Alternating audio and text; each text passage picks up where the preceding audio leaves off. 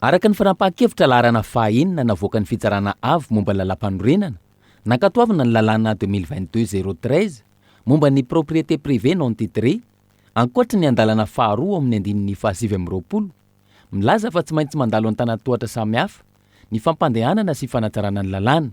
Voalaza ny fitsarana avo momba ny lalam-panorenana fa tsy mifanaraka amin'ny lalam-panorenana io andalana faharoa ao amin'ny andininy fahasivy amby roapolo eo.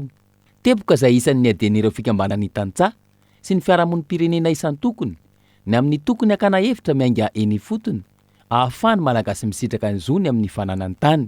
Ilaina ary zava-dehibe io fakana hevitra miainga eny fotony io ka nangatahana izy ireo fa efa nampanao lalàna ahijery ny tombontsoa ho an'ny malagasy sy ireo fanovana napetraka.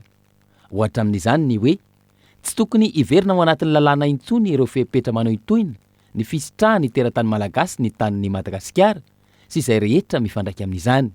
Raha nanontany ny mpanao gazety ny heviny mahakasika izany ny ministra tompon'andraikitra androany nisafidy ny tsy hamaly sy hitondra fanazavana mahakasika io lalàna momba ny propriété privée non titré io ny tenany.